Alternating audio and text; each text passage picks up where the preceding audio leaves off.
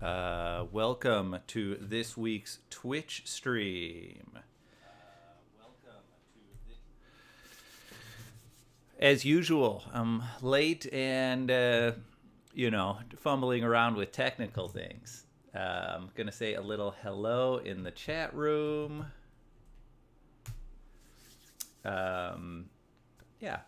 Welcome. Hopefully everybody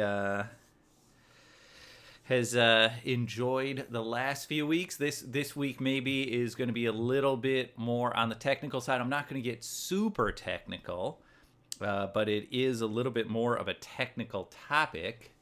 It is the topic of OFDMA. Let me get my little presentation up here. Get this started for everybody. There we go.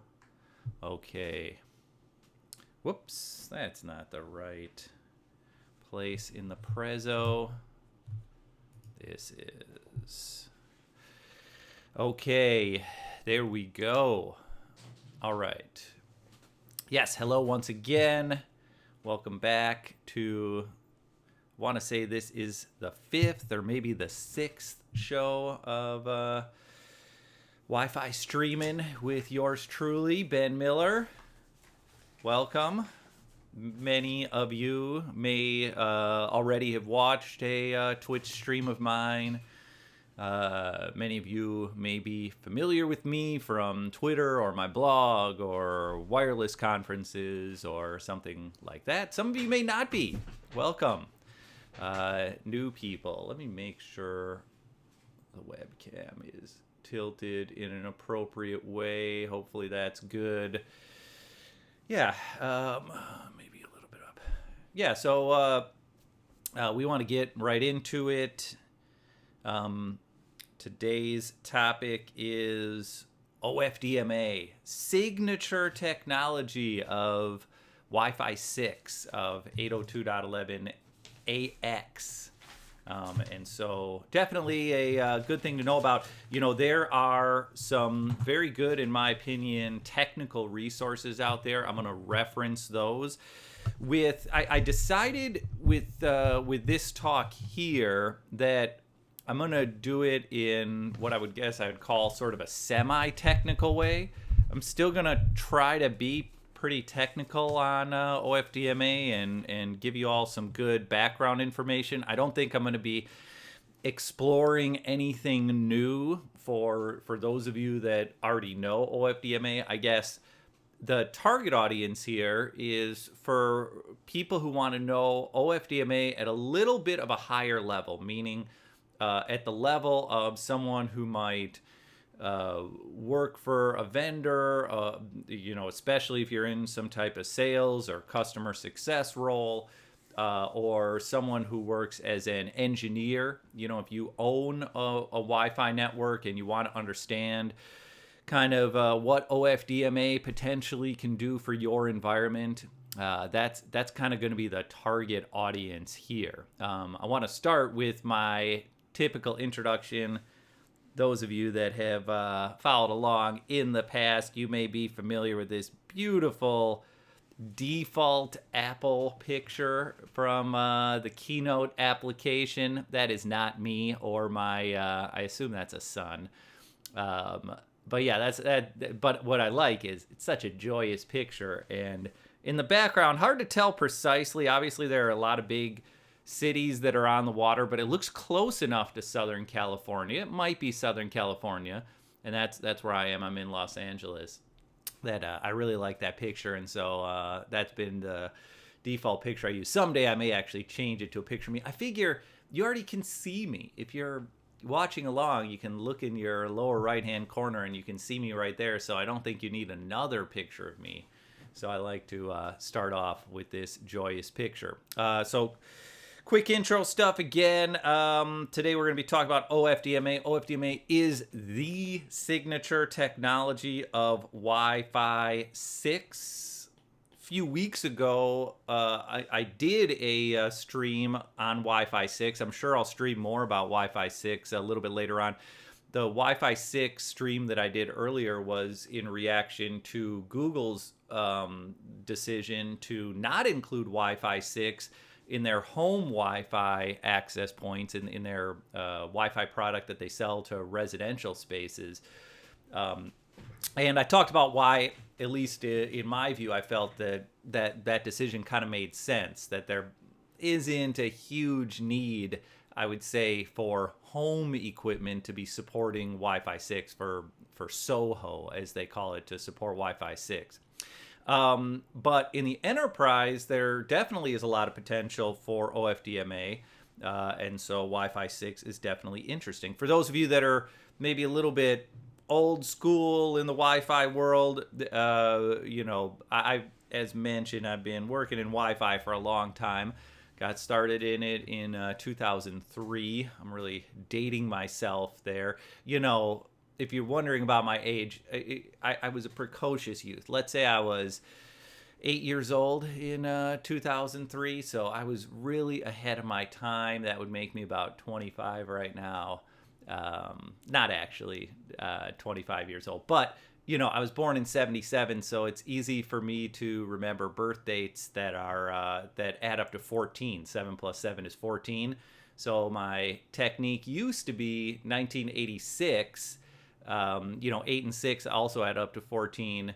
But then people who were born in 1986 are now a little bit on the elderly side. That's a 33-year-old person, or maybe if you have a late birthday, a 32-year-old person.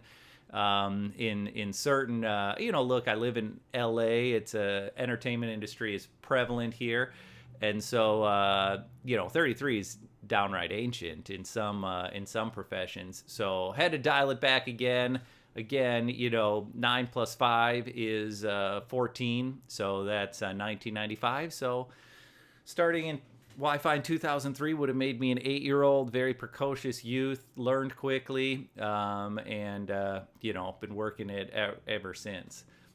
When I talk about my fake age, it always reminds me of one of my favorite movies of this entire decade. If you're looking at any of those best of the decade lists, make sure, if it's going to be a reputable list, make sure it includes the movie Due Date. The movie was very, very early in the decade. I want to say 2010 or 2011. It's by the same director as this Joker movie that recently came out. That was another movie that I enjoyed a heck of a lot. But to me, Due Date was one of the funnier movies of the decade. And there's a line, it's one of the main characters in there is an aspiring actor who's coming out to Los Angeles, and it's played by about a 36-year-old Zach Galifianakis, and he claims to be 23 years old in the movie, to much humor. So yeah, that's what I always think of when I think of the idea of myself being born in 1995. I'm the most shot out 25-year-old you've ever seen. Or 24-year-old, I guess that would be. But yeah, so in any case, I've been working in Wi-Fi since 2003, and if you've been working in Wi-Fi a while, you may be more used to the 802.11 standards, the alphabet soup, as people call it. 802.11ax is the 802.11 amendment for Wi-Fi 6. So that's where OFDMA comes from. That's what today is going to be all about.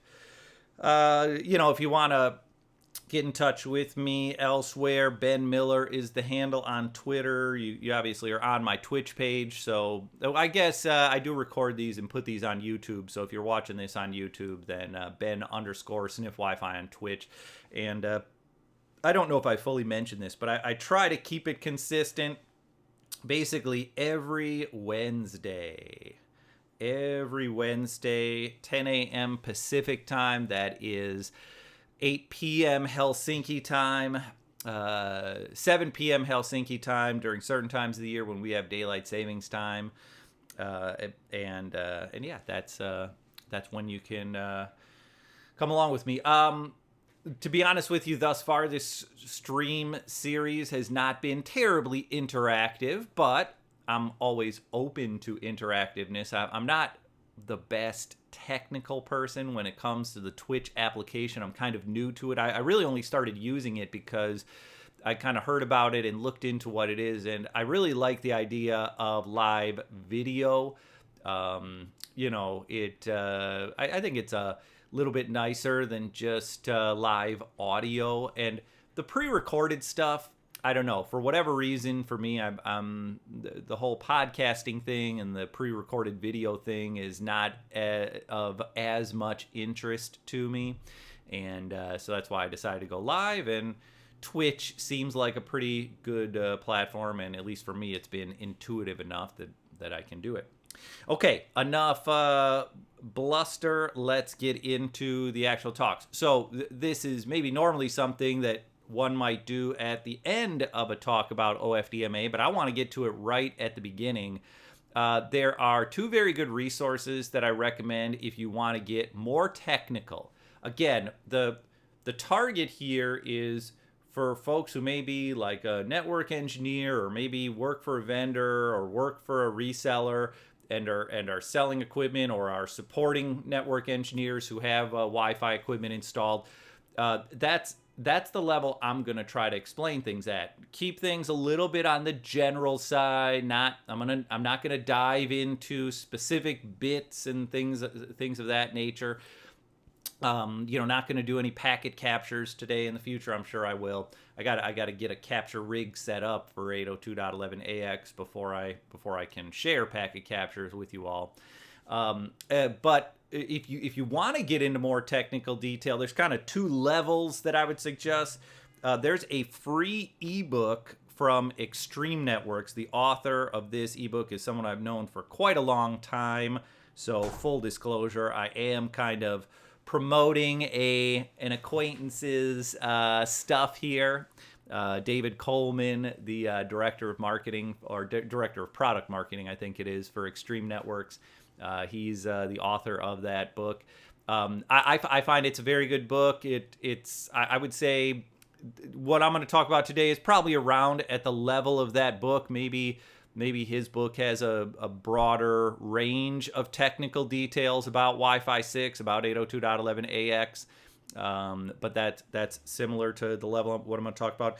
If you're really looking to dive deep, definitely German Rayan's blog. German is Norwegian, and I'm a very as they call it, pro-American, basically meaning, an American who has difficulty with other languages and names. So apologies if I'm butchering the name there. And hopefully I did the AE thing correctly. I didn't really know. Maybe he can correct us. I see he just posted a little chat message there. So German, if you want to correct me, if that's a separate A and an E, or if I did that correctly, where the A and the E is combined. One of my best friends is he's from the United States, but his blood is Norwegian, and his thing is generally if you see an A and an E, it's combined. But I don't know. Maybe that's not true. Okay, so it looks like it is separate. So sorry about that. Let's write that correctly. RAAEN. So that is separate. It's not the old combo thing. And so that's a great place to look for really, really technical stuff here. I'll share both of those things with you. I'll also put those links in the chat area. Let's start with the Wi-Fi for Dummies here. Okay, there it is. So there's that link. Let's do German's blog. There's that link. Okay, so those are two good links, and just to share with you quickly on those things, we'll start with the ebook. There's our nice little ebook. I was scrolling through it already. So here's kind of what you do have to register with, like a name and such to be able to get access to the ebook. So there's a little bit of whatever privacy or what have you that some people are concerned with, but it goes into a lot of great stuff. You can see here, gives you a little background, goes through, and again it mentions kind of what I'm talking about here, that the signature technology of Wi-Fi 6 is OFDMA. There's some other stuff that's part of Wi-Fi 6. There's the MU-MIMO, which, at least based on the feedback that I have gotten, so we had, when for about the last year, it's been a couple months since I worked as a network engineer. I was working at the University of Southern California. It's a relatively big school reputation-wise, and in terms of the number of students, I believe there's about 25,000 students there.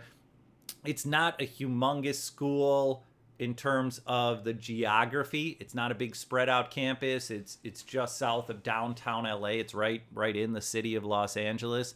But the point there is, it's still a fairly large university campus. And we had access points that support MU-MIMO. MU-MIMO was enabled. We just really didn't see any MU-MIMO. At least certainly in the analysis that I was able to do, the packet captures and such, and looking at the data rates that devices were, what our monitoring tools were telling us about the data rates. The two tools we used were Airwave and Voyance.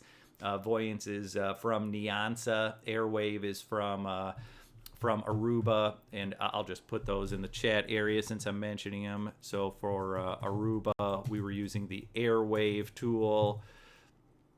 And the other one was from Neonsa. Their tool is called Voyance. Airwave was kind of for the infrastructure side of things, analyze the infrastructure side of things. Voyance was more so to analyze the client experience. Neither of those tools indicated to us that MU-MIMO was being used, that multi-user MIMO was being used. And so it's a technology where there still is a degree of skepticism. And where I was going with that was not only just from my experience, but also from speaking with other folks who work in Wi-Fi and who have been around a number of Wi-Fi networks. I have not run into people who have said, yeah, MU-MIMO is working here, it's given us performance benefits, etc. It's a technology where there's still definitely some questions. BSS coloring, similar thing, might give us a little bit of an efficiency boost, but unknown if it'll really provide much of an increase. And then it mentions a few additional enhancements. Target wake time might be better for battery life, might relieve some congestion. 1224 QAM for short range in the same room, non-mobile Wi-Fi. That 1224 QAM should give a little, let's say 20% boost compared to Wi-Fi 5. So there are some, the longer symbol time might help with longer distance outdoor Wi-Fi links. It's possible that'll, or the longer guard interval, I guess, would be the key part of that. So there are definitely some aspects of Wi-Fi 6 that go beyond OFDMA, but definitely the signature technology, the big reason why Wi-Fi 6 is so high profile and something that a lot of us are excited about is because of that OFDMA technology. And so again, with this book, it covers all these topics and it goes through them in a reasonable amount of detail. And it has nice little charts in here, has nice little explanations. Obviously, this is early in the book, so it hasn't gone into great detail there. Get a little bit more technical detail as the book goes on, and they go into some pretty good stuff. A lot of the stuff that I'm going to talk about here is in this book. So I definitely encourage people, nice chart of how many clients given the width of a channel and given what type of resource unit is allocated per client. So you get a lot of detail there. Now, if you want to get a little bit more hardcore, definitely the material I would recommend looking into is German's blog. I've definitely used the blog to learn things, to cross-reference things. I highly recommend it to folks. And let me get to the front page of the blog so you can see some of the different. I'm actually on one of the blog posts. It looks like. Oh, gotcha. It looks. I thought there was like a summary page. Maybe I'm wrong. Okay, I guess I'm wrong about that. But yeah, you can see this stuff definitely gets very technical. It's like the length field of the physical layer header.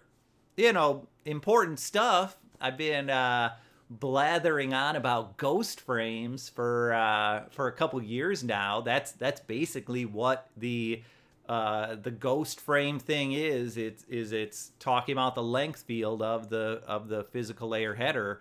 But you know, it's a very technical thing. It's it's really kind of diving deep into bits and such, and it talks about the whole calculation of, well, when you see a certain value in a field of the MAC header, what does that mean as far as how many microseconds the length field is indicating the clients should or access point should stay quiet for on a given channel.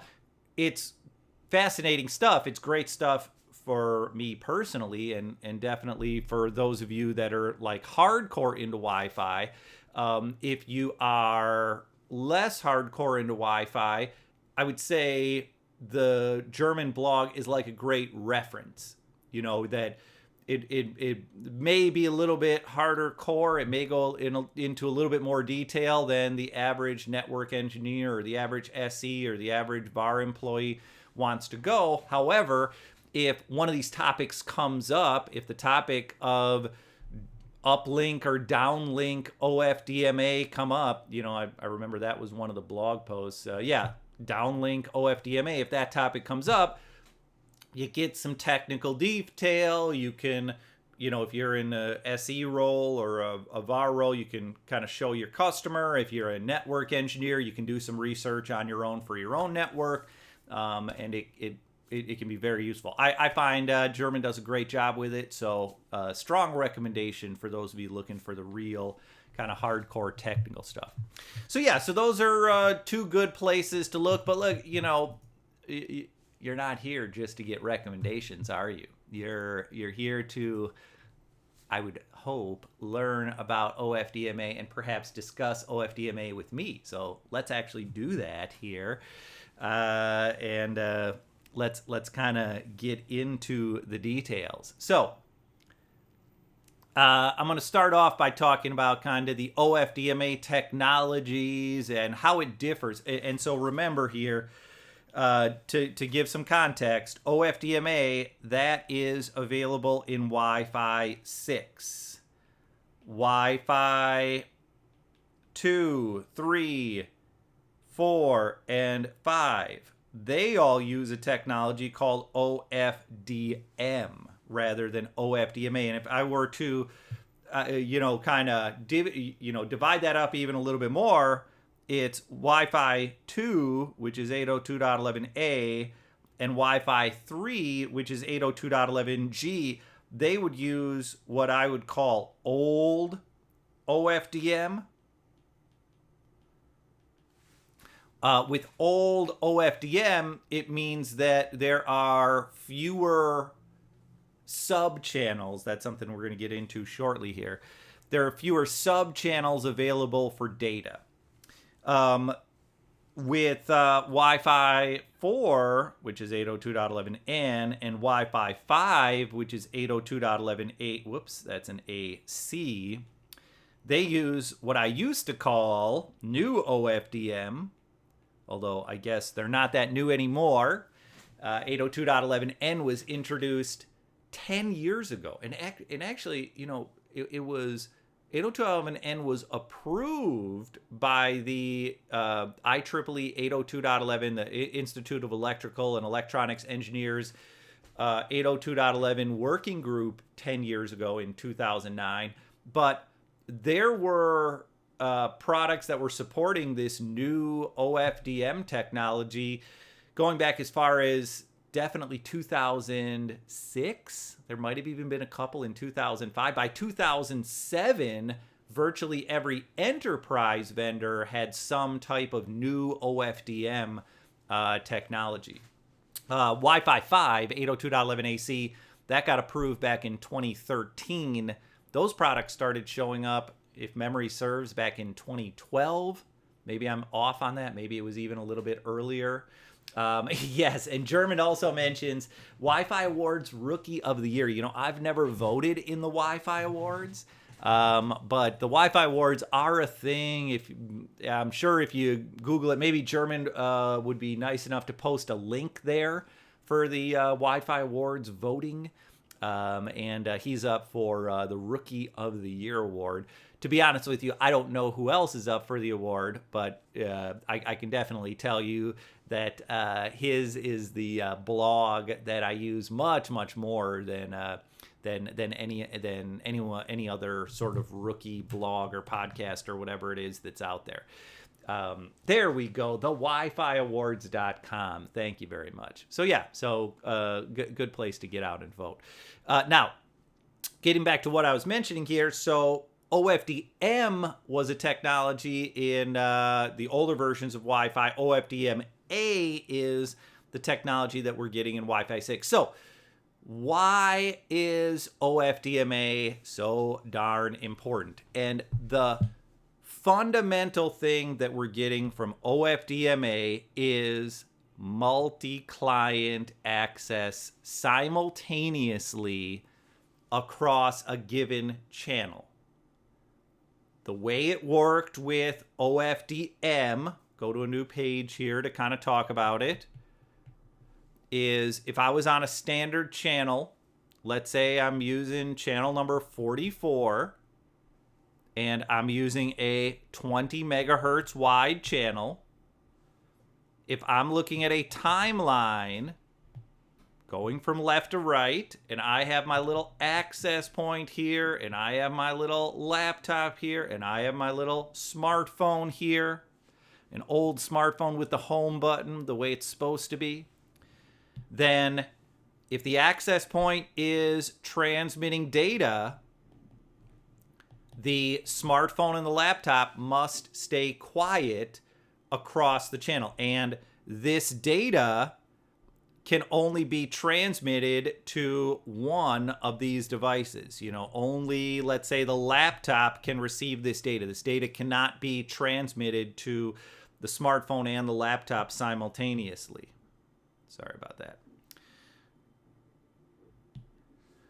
And so, you know, after that data comes from the access point, we might have data that comes from this little smartphone, and this data is transmitted to the access point. So the access point receives this data. But again, my laptop has to stay quiet. My access point cannot be transmitting during the time that's happening. So that's OFDM. And the same thing applies for every channel width. If you use OFDM, let's say channel 44 with an 80 megahertz channel width, channel 44 with an 80 megahertz width, that would essentially mean that you're using channels 36, 40, 44, and 48 simultaneously. When my little AP transmits data, if I look at channels 36, 40, 44, and 48, and if I'm looking at a timeline here, kind of going from top to bottom, all four of these channels are going to be taken up by my access point to client data. None of my clients are going to be able to transmit during this little period of time here when my access point is transmitting. And let's say if my smartphone transmits data back to my access point, again, it's going to be over the full 80 megahertz. If I have my smartphone to access point data for that entire period of time, none of those four channels is available. There's no ability of a client or a station on a given channel in OFDM to communicate, to transmit at the same time as another channel. The big difference with OFDMA is, again, it's simultaneous multi-client access. So now I'm looking at channel number 44, and let's kind of go back to my original example of the 20 megahertz. What can happen here over time is when my access point transmits. So here's my laptop, here's my little smartphone with the home button. This data here that's being transmitted over a period of time, I can kind of cut that data in half and kind of have half of that data going to one device, half of that data going to the other device. So let's say the bottom half is going to one, the top half is going to the other. So that can happen at the same time. At the same time, these two devices can receive data from one access point. And this is OFDMA, not OFDM. That is OFDMA. And the same thing can happen in the other direction. At one time, I could have data coming, my next little transmission here could be data coming from the client, from the smartphone client, data coming from the laptop client, and my access point up here can kind of receive both of those simultaneously. One of them goes kind of to the top half of the channel, one of them goes to the bottom half of the channel. So my access point can receive at the same time, transmit at the same time from two clients. Now, big thing to note, of course, is we're talking about approximately half speeds here. And there are definitely, kind of some margins there. So the speed is actually going to be less than half. Each individual client transmission to the AP, or each individual AP transmission that gets split among two clients, the speed is going to be slightly less than half of what it could have been if the entire 20 megahertz would have been used by one transmission. So it's not, this is not the same thing as MIMO. For those of you that have been in Wi-Fi a long time, MIMO, or multiple input, multiple output, essentially kind of creates those virtual channels. You may remember that. I believe it was 2 streams ago where I talked a little bit about MIMO and the idea of the virtual channel, but it essentially allows for multiple data frames to be transmitted at the same time on the same channel. With multi-user MIMO, MU-MIMO, you can have a full speed data frame sent to both clients at the same time. Both the laptop and the smartphone will be able to receive a full speed data frame at the same time using MU-MIMO. The issue with MU-MIMO, again, is kind of, does it work? That's kind of one of the questions of it. We've had MU-MIMO. MU-MIMO is something that's part of Wi-Fi 5, part of 802.11 AC. So it's out there. It's been out there for a little while, but the question is, does this thing actually work? This MU-MIMO, is it reliable enough? The David Coleman book definitely goes into that, and the Extreme Networks book that I was talking about, the free ebook that I posted the link to, that goes into some of the details and kind of some of the limitations of MU-MIMO.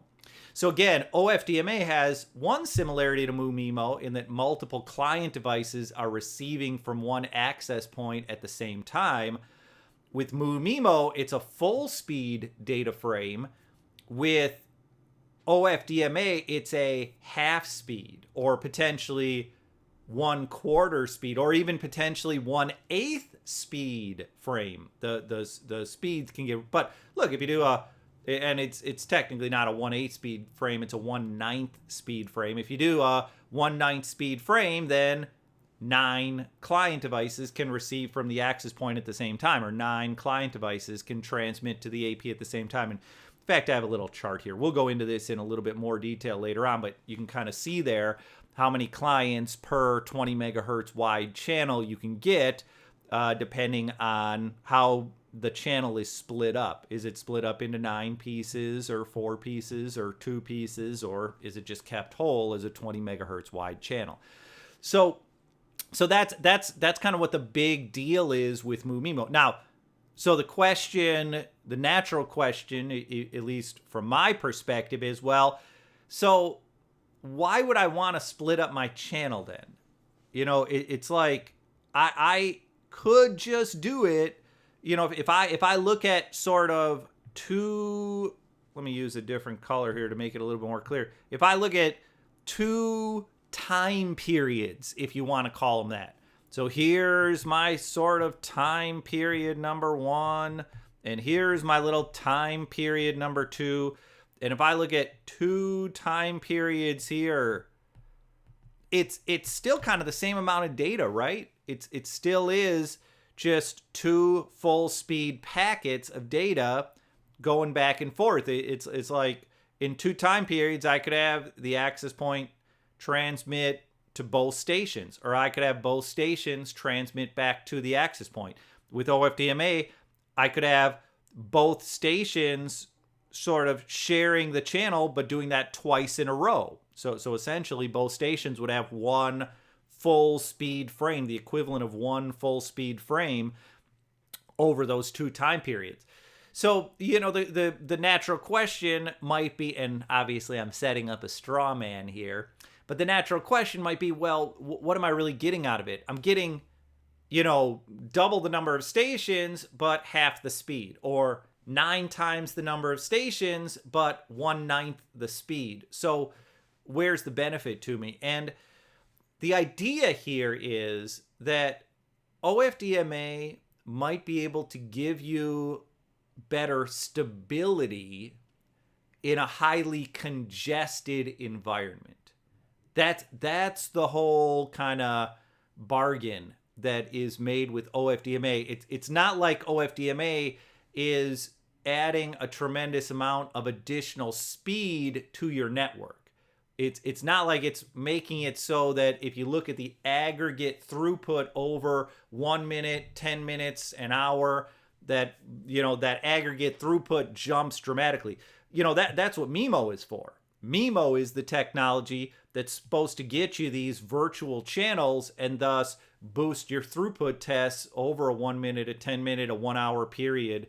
That's MIMO. What OFDMA is supposed to give you is sort of better stability when you have congested environments. I can tell you as a user of Wi-Fi, and then also during my time working at USC and supporting users of Wi-Fi, my biggest frustration is when something doesn't work. When I want to bring up a web page and the web page doesn't come up. A video stream doesn't play. A phone call doesn't come in or can't go out. That's the big frustration, is outright failures. Okay? And OFDMA, at least theoretically, should be able to limit or in some cases prevent the outright failure. Because, and let me see if I have some, yeah, there we go. Because, I showed you the example of 1 client device or 2 client devices, but let's imagine that we have an access point with, let's say, 112 client devices. 112 clients on 1 AP or 1 channel. And, look, you may think to yourself, well, gosh, 112, that sounds like a lot. That's bad design, blah, blah, blah, blah. You should be able to make 112 clients work even without OFDMA. I want to start off with that.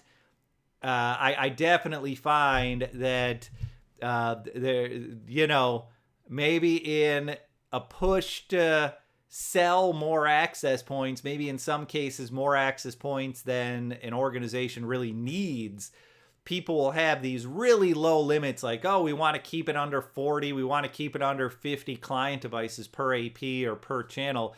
When we had graduation, when we had the commencement ceremony at USC, we had a total of 37 APs. I got to remember the exact, so this is just for the ceremony.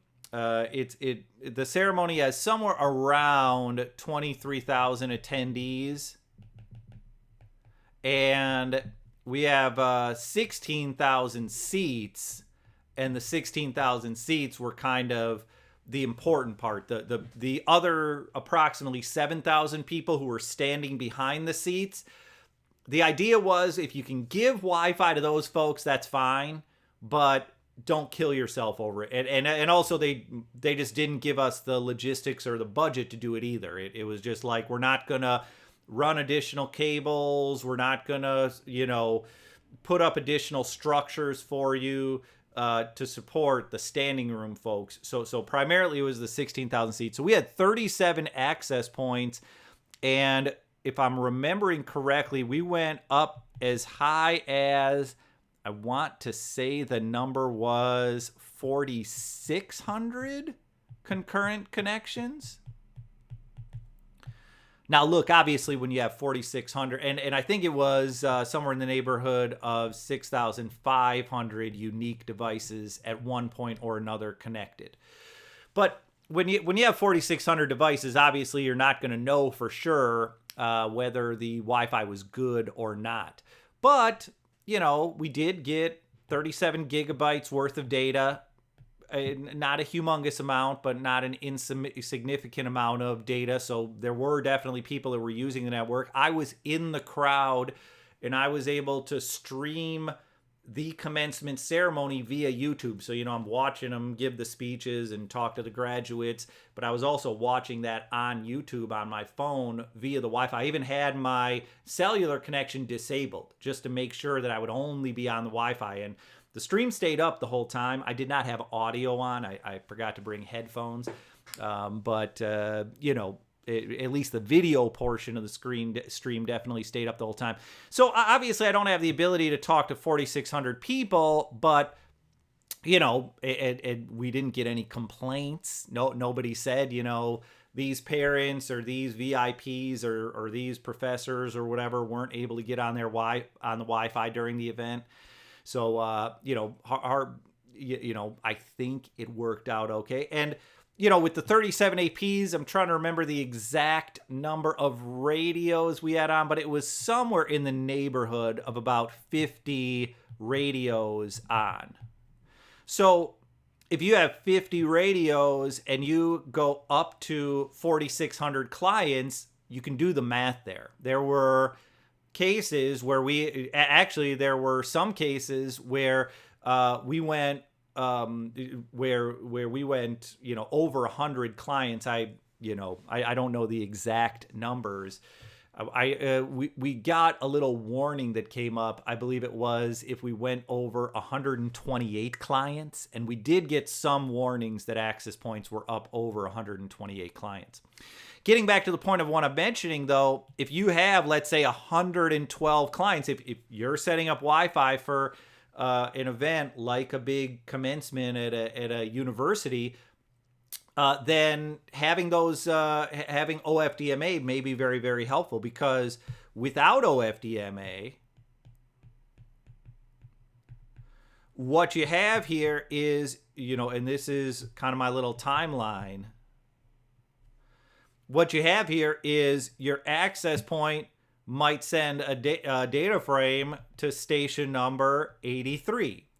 And then your access point might send a data frame to station number 71. And then your access point might send a data frame to station 104, and so on and so forth. And maybe, let's say, station number 12 will send a data frame to the access point. Here's my little station number 12. So let's say station number 12 is sending data to the access point and it wants to receive data back. if that access point's very busy, station 12 might have to wait for station number 54 and station number 31 and station number 115 and station number 84. And then finally, station number 12 data gets sent back in response. The issue here is a potential delay. There might be so much delay between packets, between frames of data, because the wireless channel can only be occupied by one client AP connection, by one frame at a time. There might be so much delay that my little station 12 times out. Then my little station 12 wants to bring up a web page, wants to send an email, wants to do something, and that times out. The idea with OFDMA is that, you know, let's say we do chop up that channel into 9 pieces here. If we chop up that channel into 9 pieces, then when my access point, you know, receives this little frame from station number 12, my access point has the ability, with the next thing it sends out, it could send out a piece to 54, a piece to 31, a piece to 115, a piece to 84. All of these stations that are sort of in line, that are in the queue, if you will, ahead of station number 12, and then also station number 12. So station number 12 can kind of get its traffic back really quickly. Now, look, remember, this can be up to 9 times slower speeds. So you're not going to get a great throughput test if your 20 megahertz wide channel is being split up into 9 little pieces with OFDMA. But if I'm sitting in the crowd at USC's commencement, I don't care about a speed test or whatever. Yes, I get it. Some people out there care about speed tests, and they'll do the speed test and they'll post the screenshot to Twitter or whatever and either praise something or complain about something, you know. So I don't want to act like speed tests are totally irrelevant, but ultimately I would say for the end user experience, speed tests are not terribly relevant. As long as I'm able to access web pages, do my messaging app, send and receive, you know, upload photos in a reasonable amount of time. As long as I'm able to do those things, I would say the vast majority of people in a high density environment are going to be happy. And so even though I'm getting these slower speeds, if there's less delay, if my client is getting back its response right away, then probably the client is going to be happier. And so that's the whole key with OFDMA. The whole key with OFDMA, kind of getting back to that initial chart. Whoops, went too far. That initial chart that I was showing you all. The whole key there is that simultaneous multi-client access. Gives clients less of a delay so that hopefully applications are less likely to fail. And man, am I proud of myself. Look at that. For those of you that have been following along with my Wednesday streams for a while, you may remember a copy-paste leftover that has been present for about 3 or 4 weeks because I keep on missing it when I put together these presentations. Finally got rid of it. I want to honor that mistake, but yes, I finally did get rid of that. So that's kind of the key thing. So how does OFDMA do this? How does OFDMA allow for multiple clients to access channels at the same time? The big thing that OFDMA does is it chops up the channel into smaller pieces. So I know I'm kind of flipping back and forth here, and actually let me clear some stuff off.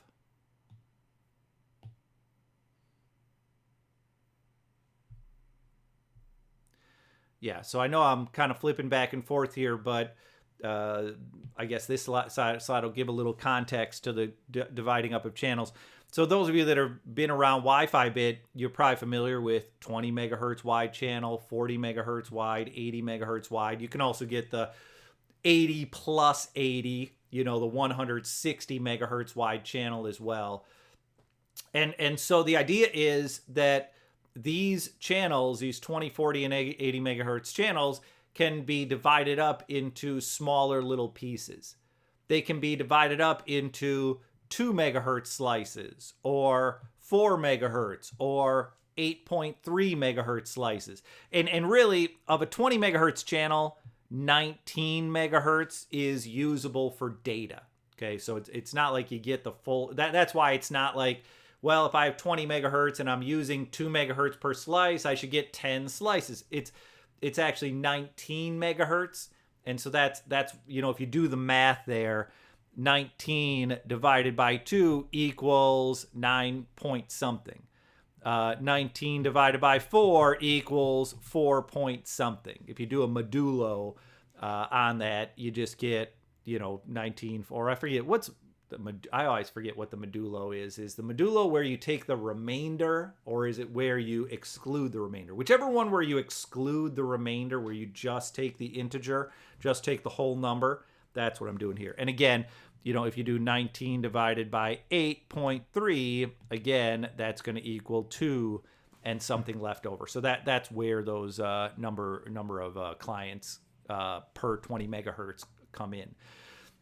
So yeah, so the idea is you're gonna slice up these channels here into the 2 or the 4 or the 8.3 megahertz slices. Now, natural question might be, great, but why didn't we just do that with OFDM?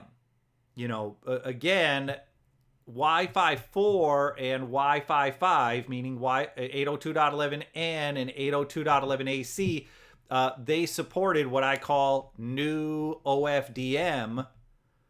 Why not just take a 20 megahertz wide Wi-Fi 4 or Wi-Fi 5 channel and divide it up into little slices?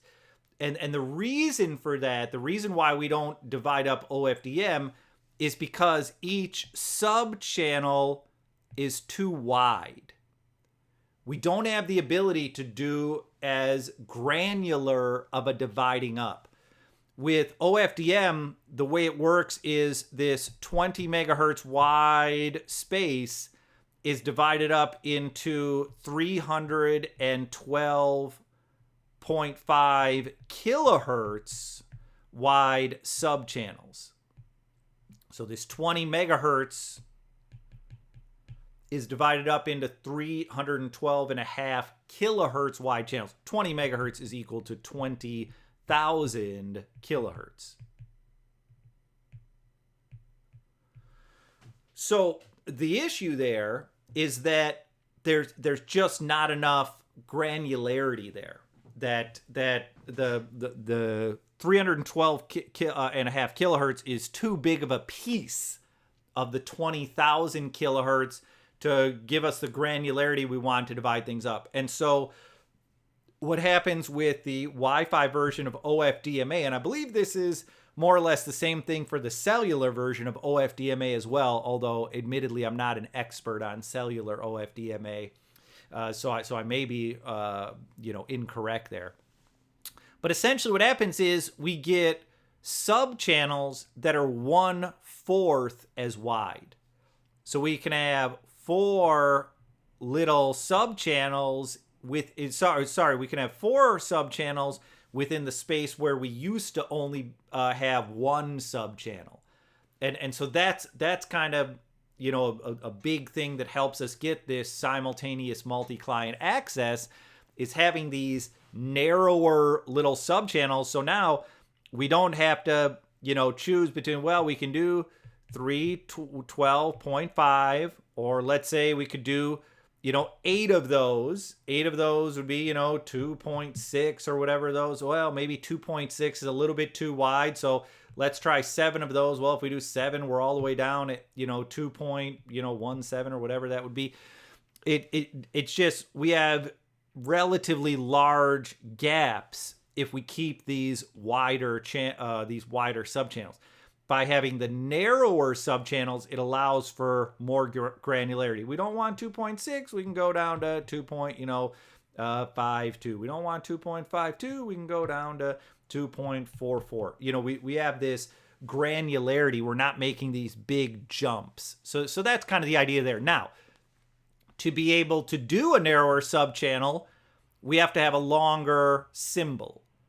A symbol is just a sort of a period of time where OFDM radio waves are modulated. So you have the transmitter, you have the receiver, and over a period of time, you'll get these radio waves. You know, this is kind of a period of time. And that period of time is considered an OFDM symbol. So it was 3.2 microseconds worth of transmitting radio waves for OFDM. And that's what we mean with old value here. Really what we mean there is OFDM. New value, we mean OFDMA. And again, OFDM, that comes from Wi-Fi 4 and Wi-Fi 5, from 802.11n and 802.11ac. So yeah, so we have, you know, we have the subchannels that are 4 times more narrow, that are 1/4 as wide. That means that we then need a symbol that is 4 times as long.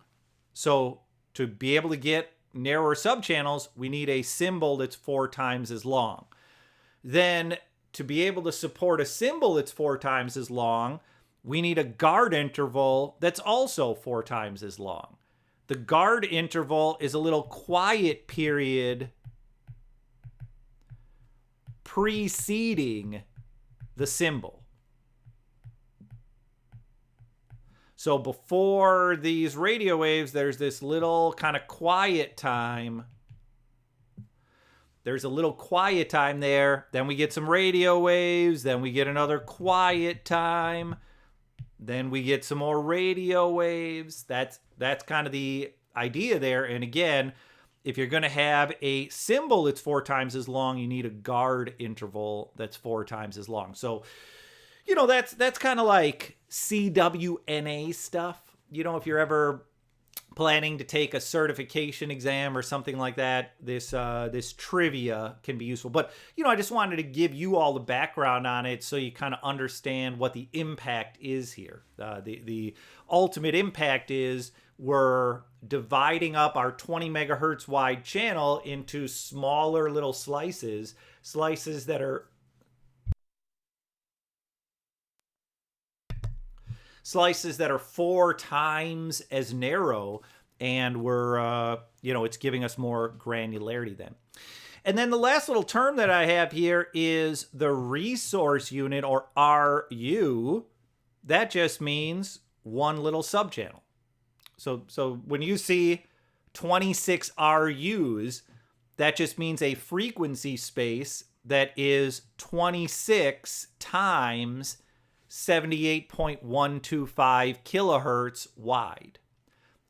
52 RUs, again, would be 52 times 78.125 kilohertz wide. That's the width of the channel that a given client is getting. And so the idea there is that we can divide up the channel in a number of different ways. We have this additional granularity with OFDM, and what the 802.11ax standard allows for, what Wi-Fi 6 allows for, is these 4 different options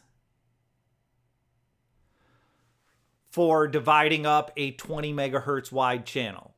We can effectively make the channel the full 20 megahertz wide, which really would be 19 megahertz wide.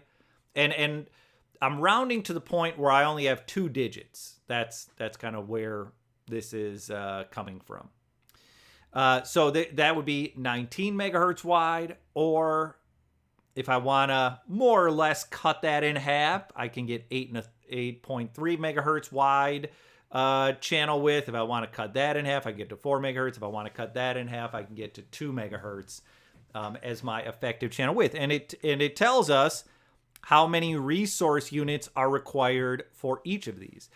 And so when an access point is transmitting or when an access point is receiving, these little RUs can be divided up amongst different clients. You know, you could have a situation here where an access point is receiving from a few different clients. Let's say there's a little smartphone here's a laptop, and here's another little smartphone.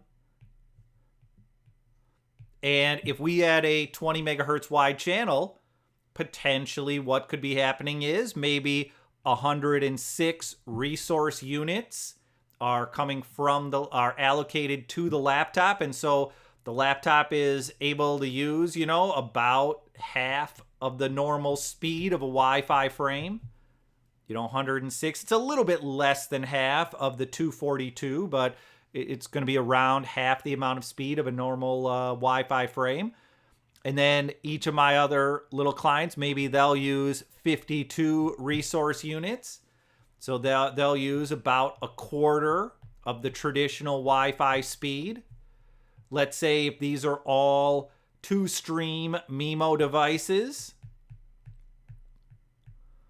with 2-stream MIMO over a 20 megahertz wide channel, you're going to be somewhere in the neighborhood of a 200 megabit per second maximum data rate for the full channel, for the full 20 megahertz width. And so you'd have, for my little laptop here, you'd have approximately 100 megabits per second. For my smartphones here, you'd have approximately 50 megabits per second. And again, the David Coleman book does a great job of talking about the specific data rates. There are other resources that talk about the specific data rates as well. German also mentions that smaller guard intervals can be used. That's and yes, he's definitely right that the guard interval is a little bit more about distances, that the longer distances are used, but the larger guard interval is something that is kind of necessary for the full picture of OFDMA to do what it does. I guess I should have written that the guard interval is mostly for the distances to allow Wi-Fi over longer outdoor distances without having so many acknowledgement timeout problems. But yeah, in any case though, the idea, getting back to kind of the point, I just did notice there what German had written in the chat area. Apologies for the little non sequitur there. But yeah, the little distraction there. The point there is my 20 megahertz wide channel with its approximately 200 megabit per second frame rate, 200 megabit per second data rate, can be divided up so that maybe there's around 100 megabit per second data rate for my laptop, around a 50 megabit per second data rate for each of my 2 smartphones. But these things are all happening simultaneously. That's the key, is there's no delay. There's no case where one of my smartphones or my laptop has to wait for 2 or 3 or 4 frames to go across the channel and get off the channel before the smartphone is able to receive something from the access point. That's kind of the big benefit that we're getting here, especially in the higher density environments. And as you can see here with the wider channels, we can really sort of have a large number of client devices simultaneously sending data or simultaneously receiving data from the access point all at the same time. We're getting 9 clients per 20 megahertz. If we have an 80 megahertz wide channel, whoops, sorry about that. If we have an 80 megahertz wide channel, you can multiply that by 4. 9 times 4 would be 36. And actually it mentions down here it's really 37 clients for an 80 megahertz wide channel. For all the rest of the channel widths, it's just simple multiplication. If my channel, for example, is twice as wide, if it's a 40 megahertz wide channel, then just multiply everything by 2. So it would be 18 clients if the narrowest channel width per client is used. It would be 8 clients if the second narrowest channel width would be used. It would be 4 clients if a sort of a half channel was used. So all of this stuff is simple math, except for the 80 megahertz wide channel with the narrowest client allocation, with the narrowest RU allocation. So the way it works is for a 20 megahertz wide channel, you get 9 clients. For 40 megahertz wide channel, you get 18 clients. But then for the 80 megahertz wide channel, instead of 18 times 2, it's 18 times 2 plus 1. So it'd be 37 clients there. And then, similar thing if you go 80 plus 80. If you do the 80 plus 80 channel, often called the 160 channel, that would be 74 clients. If you're doing the 26 resource unit, up to 74 clients there. And then, of course, if MIMO is used, then you're doubling, tripling, quadrupling the number of clients per access point. And so, that's kind of the big that's kind of the big benefit. That's kind of the big positive of OFDMA, is it gives us that flexibility for high density areas. And I have to tell you that this is something I really wish we would have had at USC. Is just this flexibility. Whoops, sorry about that.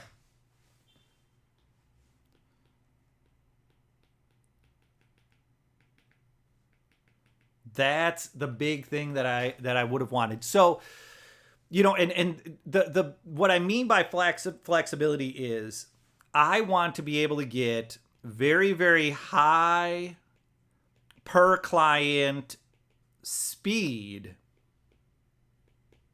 when I'm in a low density environment. And then I want to be able to support high client density when I'm in a high density environment.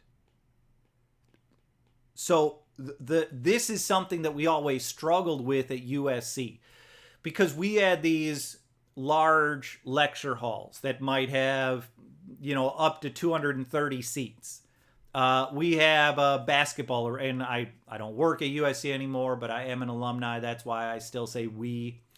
We have a basketball arena that has somewhere in the neighborhood of 10,000 seats.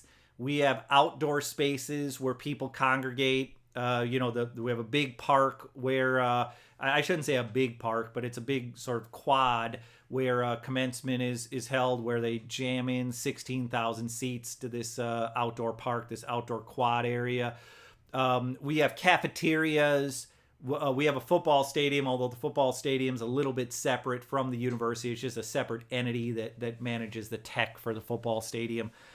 And so in these environments where we have the potential for high density Wi-Fi, it was always very frustrating because at most times we really didn't need high density. 22 hours a day, we might have nobody in a lecture hall or only a few people using the space of a lecture hall. But during that 1 or 2 hours a day where the lecture hall was packed with 100 plus people, then we wanted to support high density. And, we weren't going to, it's just impractical to kind of have the manpower available to be able to change your channel widths every time the density environment changes. Like, if I want to support a high client speed, I want an 80 megahertz wide channel. Or potentially you might even use 80 plus 80. You might even use the 160 megahertz wide channel. So maybe even the 80 plus 80 width. If I want to support a high client density, I want narrower channels. I want the 20 megahertz wide channel, or I want that even more narrow.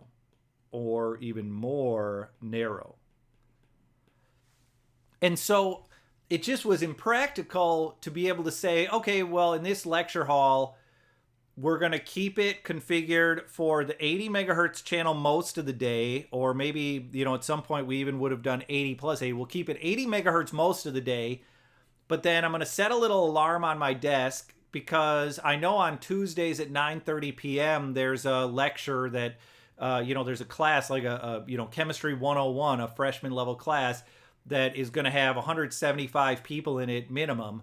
And so I'll set a little alarm on my desk, and at 9:25 a.m. every Tuesday before this class meets, I'll log into the controller and I'll change the channel from 80 megahertz back to 20 megahertz so that all the clients can be supported in this high density environment. It just, it's just not practical to do that. It's, you want to be able to set one channel width and kind of let it run. And then the other issue is the cost of access points. Because of the fact that we wanted these narrower channels to support high density, that meant that if we had a lecture hall, let's say that had 230 seats, I would generally assume a maximum of about 1.7 clients per user. And for those of you that work as network engineers, this is another thing to be careful about when you're talking to your SE or when you're talking to your reseller. That sometimes you'll get some very, very, very misleading information. They'll say things like, well, you want to prepare for a minimum of 2 devices or 3 devices because people might have a watch or a tablet to go with their smartphone or laptop. I'm just telling you, I saw a lot of data, and I don't think we ever got above 1.7 devices per user in high density. Usually it was way lower than 1.7, but 1.7 is like a high number, okay? And I would say, given some of the literature I've read and some of the things I've heard people say, 1.7 is probably more so on the low end of what people plan for with high density environments. I would say that's like the max. Like if you plan for 1.3, you're probably going to be okay. But let's say 1.7 is an absolute max. So if I do the math here, what is that? 161 plus 230, so 391 client devices.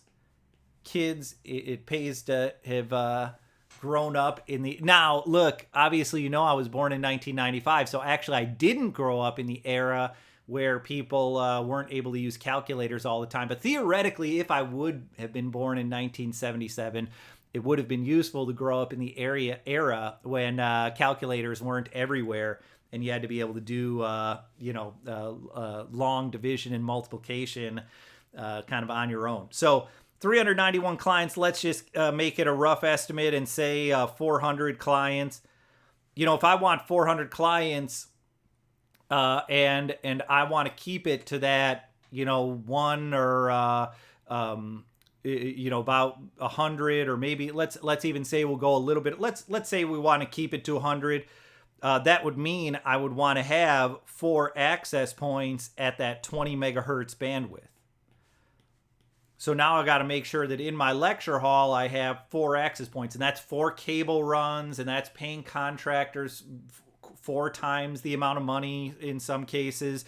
That's having to support 4 times the number of access points, pay the recurring license fees for those access points and such. That's kind of what you have to do, though, because you say, well, I know I'm going to at some point have to support high density, so I better use 4 APs and keep my channels more narrow. With OFDMA, at least theoretically, the idea is I may not have to do that anymore. I have 4 channels effectively from 1 AP. I can do 1 AP at 80 megahertz. Now, today at USC, I would never do that, because today at USC, we don't have OFDMA. The clients don't support OFDMA. So I wouldn't go out there and say, yeah, for this lecture hall, this brand new lecture hall we're building, or this new lecture hall we're upgrading, yeah, we really only need 1 AP because 1 AP can support 400 clients. Sure, theoretically, 180 megahertz wide channel should be able to support 400 clients, just, given the total speed the channel supports and what a typical client is going to use in a high density environment. Maybe 400 clients would work out okay, but you're very unlikely to do that. But with OFDMA, if I have an 80 megahertz wide channel, then I have the ability to have 37 clients communicating at once. 37 clients at a time, basically. If I go back to my little chart here, if I'm using the 26 RU, if my access points are using 26 RUs per client, that's 9 clients for a 20 megahertz wide channel. That's 37 clients for an 80 megahertz wide channel. So that's 37 clients at a time that are able to receive their data or able to transmit their data back up to the access point. And that means there's not going to be a tremendously long waiting period for these 400 clients. The reality is not all 400 clients are going to be active on the network at exactly the same time. So I can support this environment with fewer access points. I can, and heck, if I use the 80 plus 80 width, with the 80 plus 80 width, that would be 74 clients simultaneously.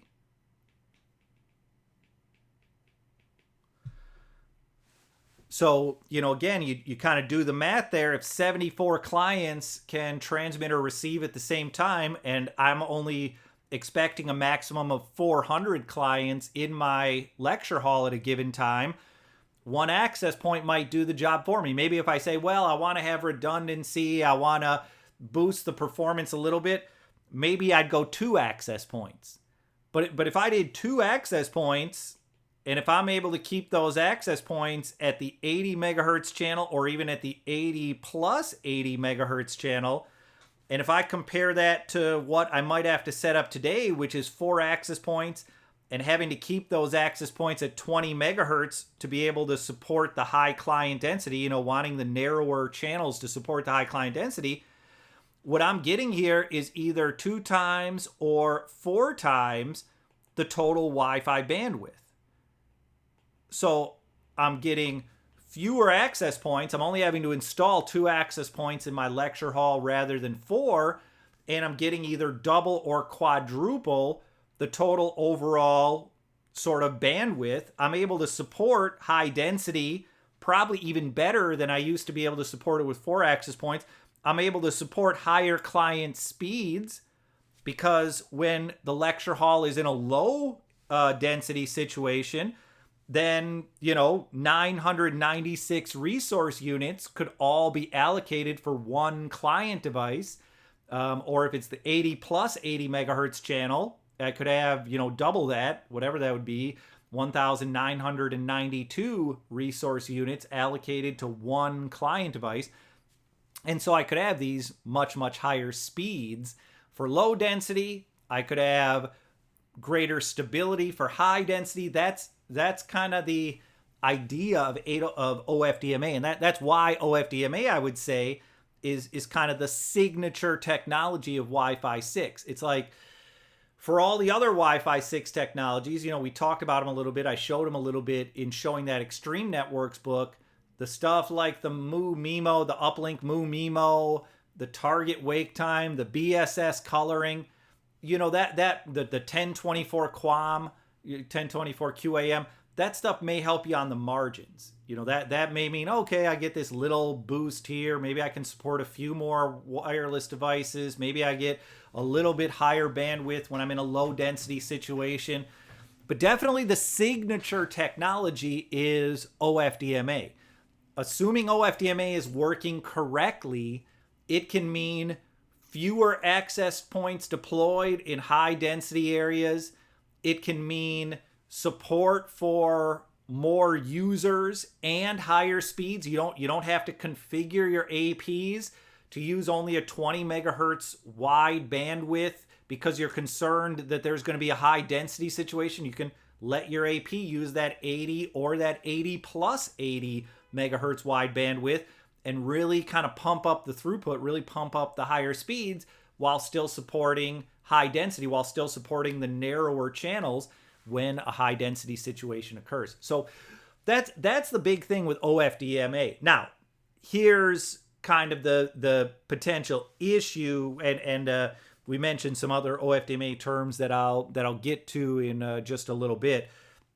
But here's the big issue with OFDMA is, will clients support it?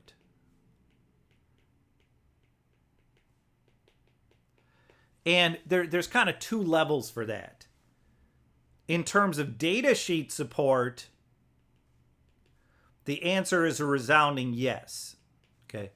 If you have an iPhone 11 or a Samsung Galaxy S10, I think it was, your phone supports OFDMA. You can look at the data sheet. It includes, 802.11ax, Wi-Fi 6. OFDMA is part of that.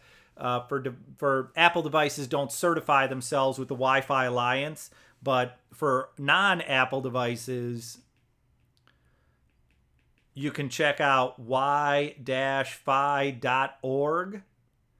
and you can look for the list of certified devices, and you can see which devices are supporting OFDMA. And basically, if it's a client device that supports Wi-Fi 6, it says it supports OFDMA. But the other half of it, beyond datasheet support, is kind of the real world support.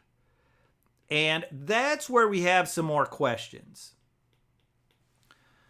Because Wi-Fi 6 allows client devices to fall back to OFDM. Okay.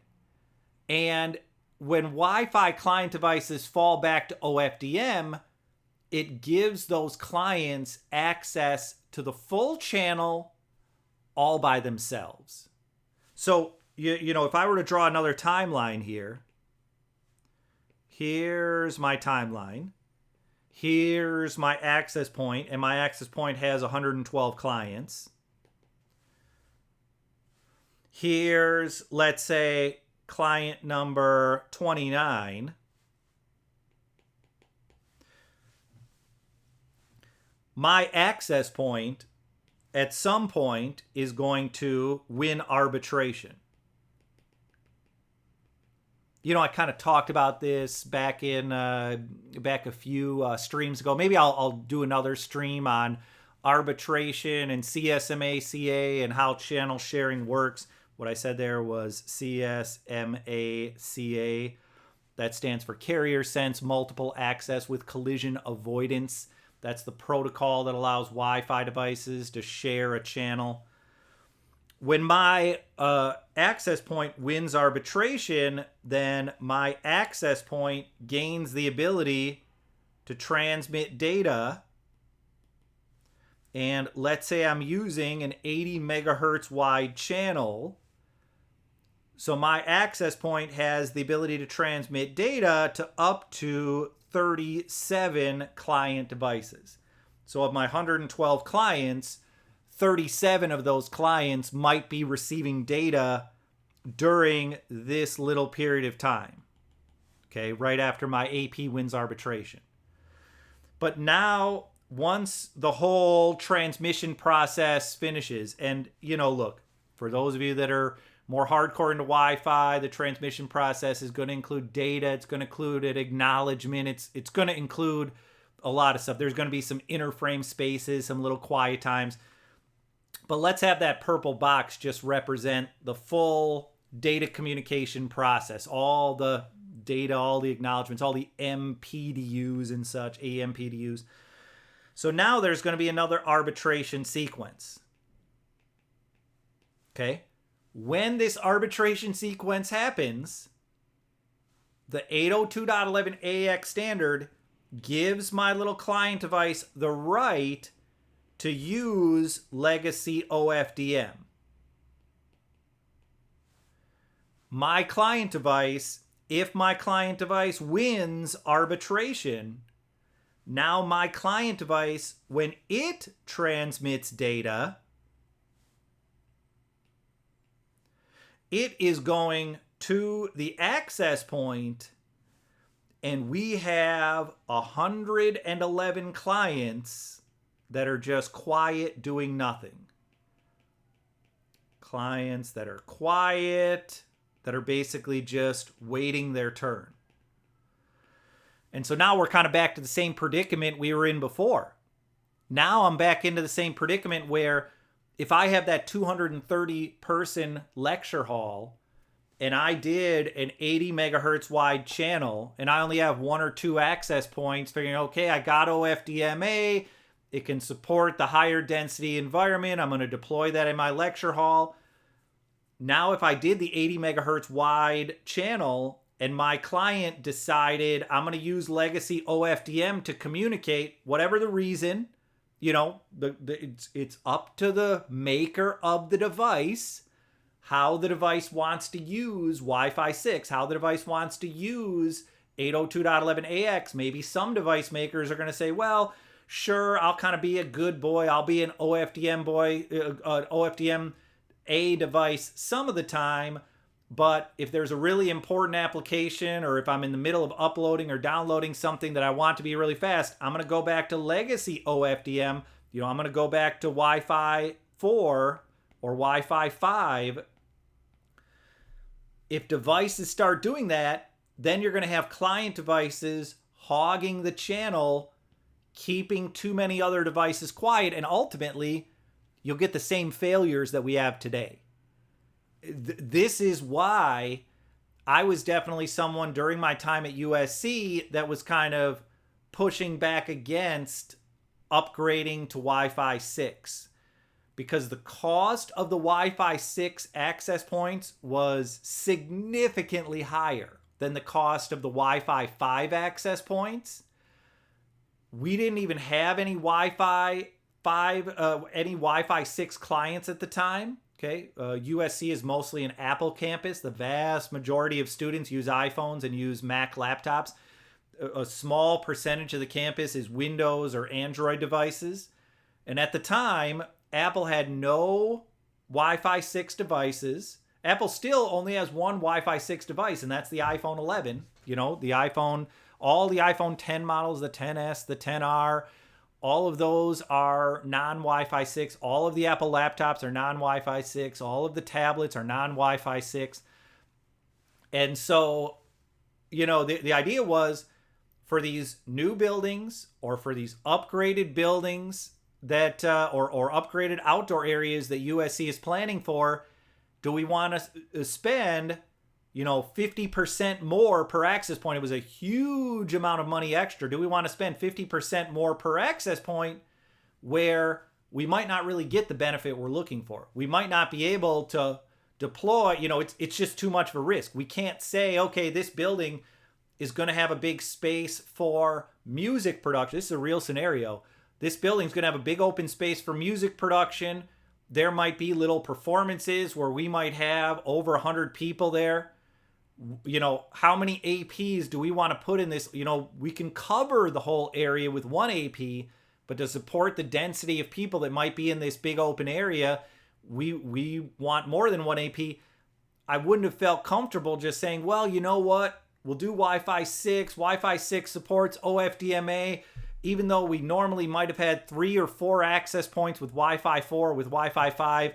With Wi-Fi 6, we'll only need one AP or 2 APs, so the dollar, you know, the cost of it, you know, kind of goes into Wi-Fi 6's favor. I definitely wasn't ready to do that with these expensive Wi-Fi 6 access points, and with the fact that even though the data sheet was saying, yeah, you know, there are devices that are supporting it, we just don't know how often Wi-Fi 6 clients are going to revert back to Wi-Fi 4 and 5 OFDMA and then essentially hog the whole channel, keep all these other clients waiting. So that's the tricky part. That's the part where, you know, we'll kind of have to see where, you know, where things go with client devices. And look, I'm sure German's blog is going to be a great place to look at that stuff. You know, I don't blog that much anymore. I'm trying to get the, the self-motivation to getting back to blogging. My blog is sniffwifi.com.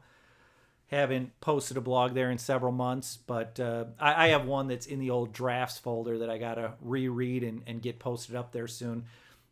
That one has nothing to do with OFDMA, though. But, I'm sure there's going to be people out there that are going to capture OFDMA traffic, capture networks where there are OFDMA clients and see, are these client devices actually being good clients and using OFDMA, or are they being bad clients? Are they, reverting back to that legacy OFDM, hogging the channel and making it so that we really can't take advantage of OFDMA? Because I'll be honest, look, to me, OFDMA with, let me get back to the little chart here.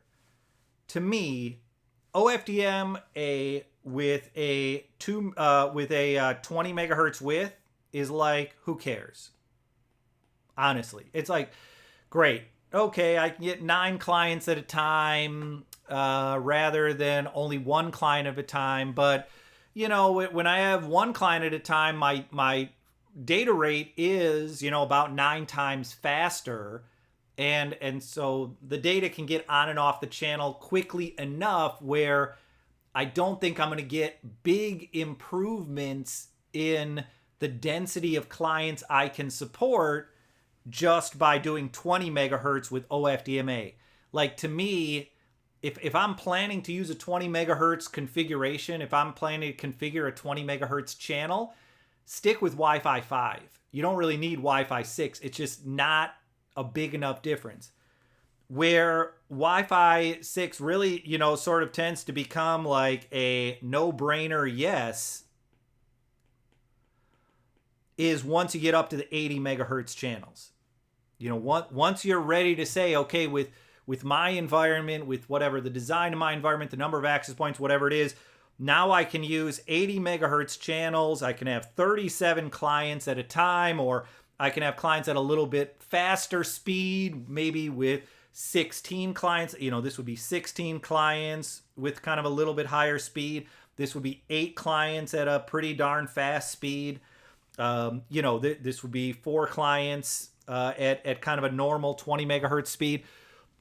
That, once you're able to do 40 megahertz wide OFDMA, 40 megahertz wide 802.11ax, then I'd say, yeah, let's upgrade from Wi-Fi 4 or Wi-Fi 5 to Wi-Fi 6, because I'm really able to take advantage of that flexibility between low density, high speed, and high density stability.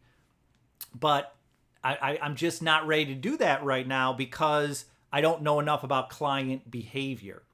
And look, some of my colleagues on the USC wireless team, some of the folks who are still there, their attitude was definitely a little bit different from mine. Their attitude was, well, there might be a significant extra cost, but we're kind of future-proofing ourselves. And that may be the case. But look, I've seen a ton of technologies in Wi-Fi that were supposed to improve things that just never ended up happening. Where if you, quote, future-proofed yourself, really it just ended up being a big waste of money. You didn't really get significantly higher performance because sort of the signature technology that you were looking for never came through. It never became widely used in the real world. So that's kind of the key thing. Last little thing, and I know I've kind of gone long here. I know OFDMA is an important topic, so I don't mind going long. But German does make a good point in that last. Sorry, I haven't been keeping up with the with all the messages there. But and in his third from the last message is kind of the key one of what I was saying there. The third from the last message saying very often the clients do the single user OFDMA. That's kind of the key thing there of what I was just saying, that if you have that, and I'll even copy and paste that just so you know exactly what I'm referring to there for those of you that may not be following the chat area as closely. Let me get that copied and pasted here.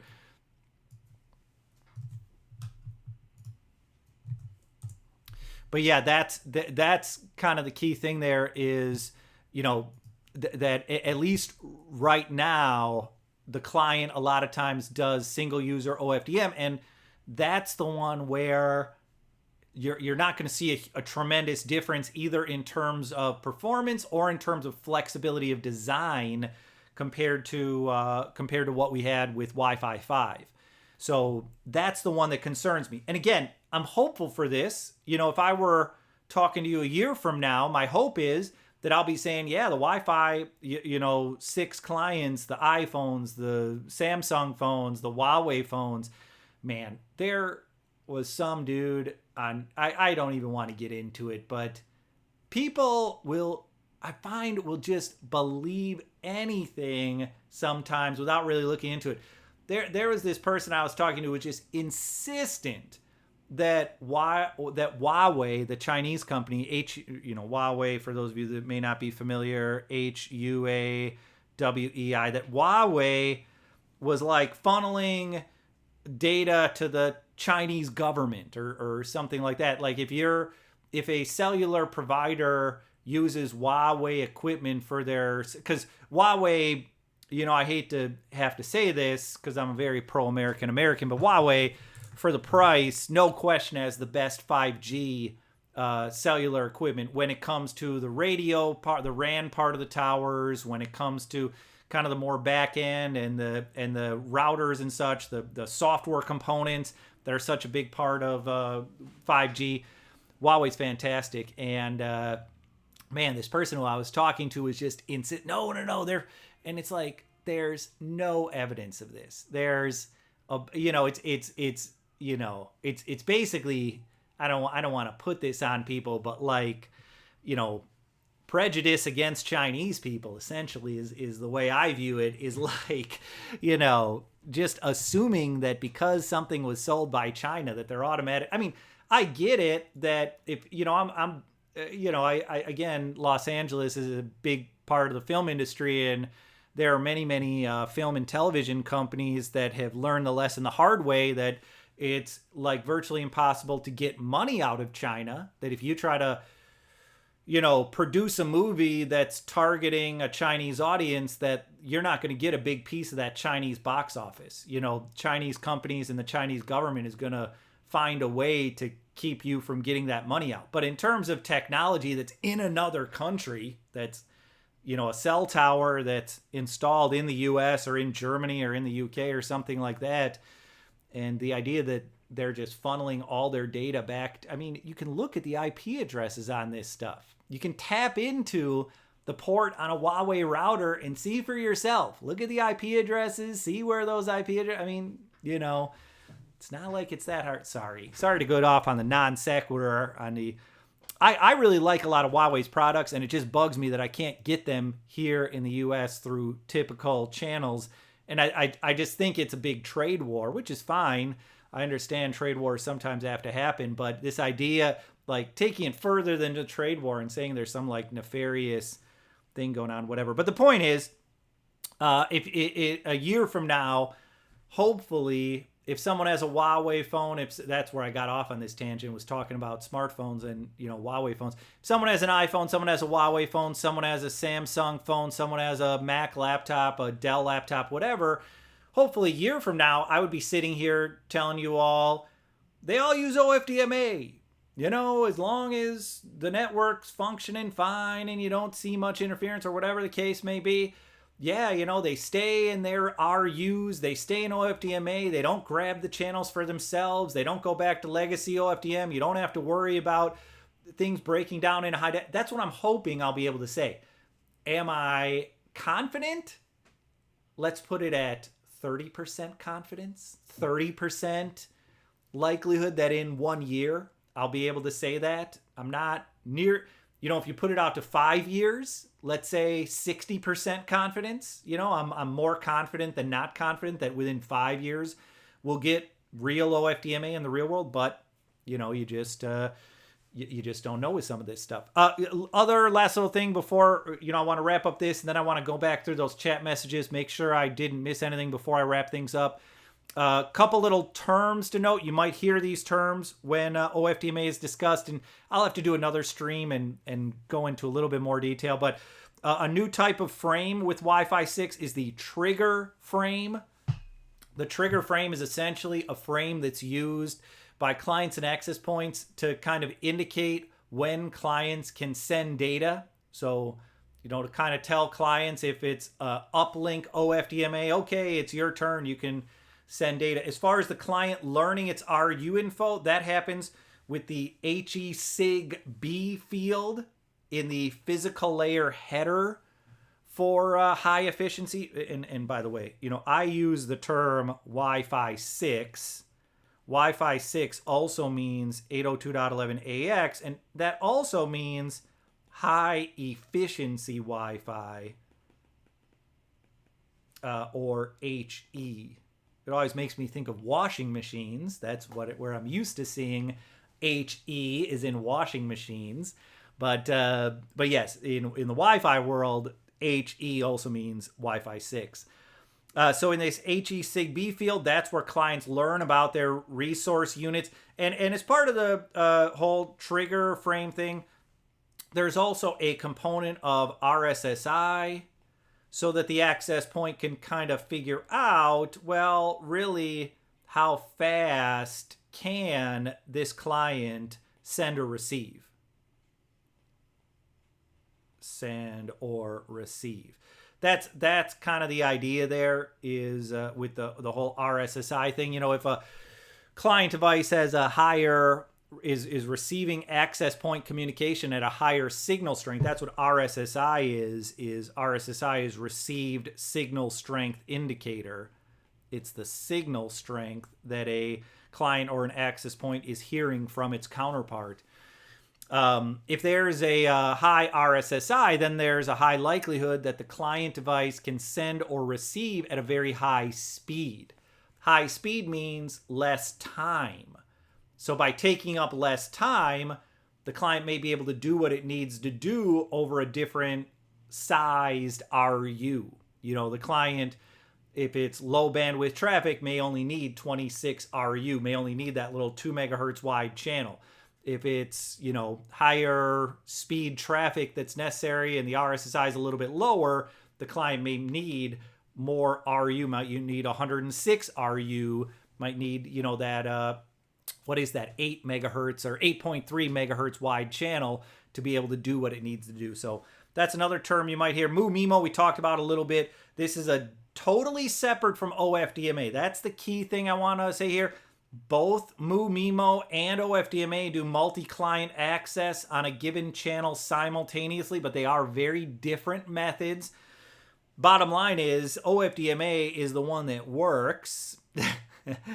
MU-MIMO is the one that, let's just say, may not work.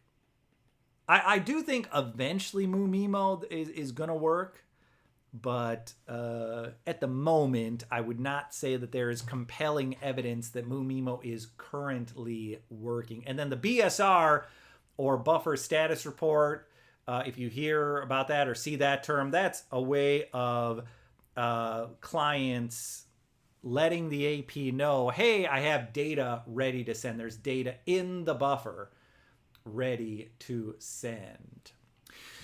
And so, yeah, that's my talk here about OFDMA.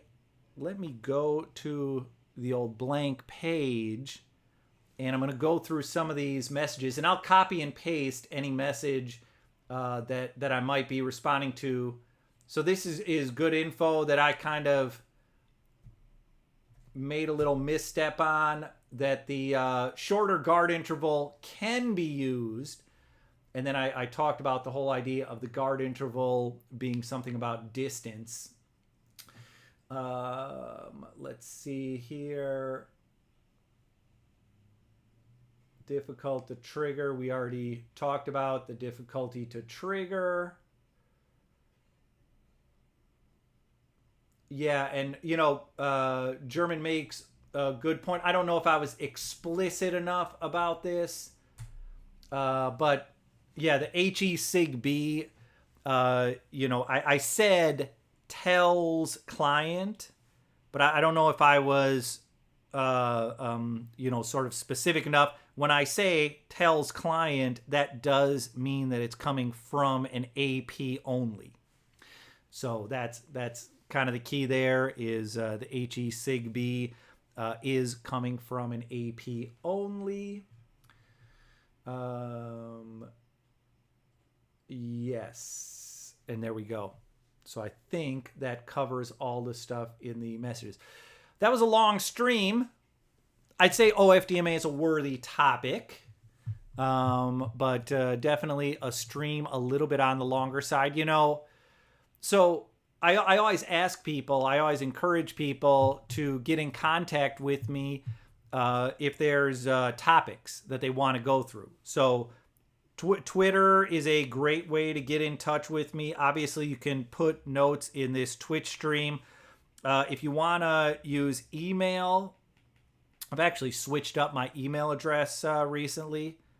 It's ben_miller@icloud.com. I also used to use a sniffwifi.com email address. I've had some issues with that.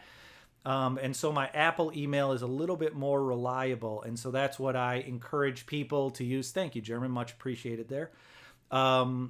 But yeah, so if you have suggestions, if there's things you want me to go over, if there's parts of OFDMA, parts of Wi-Fi 6, other Wi-Fi related topics, things related to deployment, troubleshooting, monitoring, products. I haven't used every product, but I have used a lot of Wi-Fi products. Happy to go through those. However, I do, there's been something that I've been wanting to do for next week. I'm going to sort of do like a Granados troubleshooting example. So if you're not familiar with them, there's a suite of troubleshooting tools from a person named Adrian Granados, someone who's very well known in the Wi-Fi community. I think he's probably won some Wi-Fi awards, in fact. And it's just adriangranados.com. You can check him out there. He has several Wi-Fi tools that I'm a huge fan of. They primarily are for Macs. In fact, I think they're all for Macs. But during my time at USC, I use those tools all the time. And one of the things about that, though, is I'm not sure if people kind of fully know sort of how to use the tools or where they would use the tools. And that's one thing that I saw both at USC and then since my time at USC, kind of doing the contracting thing, that a lot of times I'll show people one of those tools and these tools are inexpensive. Like the most person of the year, German mentioned. So yeah, there we go. A very worthy award for Adrian. These tools are very inexpensive. I think the most expensive one's like $100. If you're at an educational institution, like when I was at USC, I got it for $50. That's Wi-Fi Explorer Pro. So these are relatively inexpensive tools, and they're just very, very useful, in my opinion, for things like surveying, troubleshooting, and a wide variety of things. But a lot of times when I show them to folks, a lot of times they're not very responsive to them. They're like, oh, okay, I kind of see what that's doing, or okay, that's fine, that's neat, but what am I really going to use it for? And so I'd really like those tools to be more useful to people, because I think within the Wi-Fi community, a lot of us understand them, but maybe outside of the Wi-Fi community, not many people do. Now, the irony, of course, there is, I'm sure this Twitch show that I do gets viewed by almost nobody outside of the Wi-Fi community. That having been said, whatever, you put something up on YouTube, maybe eventually people will find it. And so that's my idea for next week. Going to try to keep the stream a little bit shorter. 2 hours is definitely too much, but next week we're going to do those Granados troubleshooting tools, and hopefully you'll get some use out of those things. All right, thanks for hanging with me. Next week I'll be back, same time, 10 a.m. Pacific time, 8 p.m. in Helsinki, Finland. Have a good week, everybody, and I will, catch you down the road.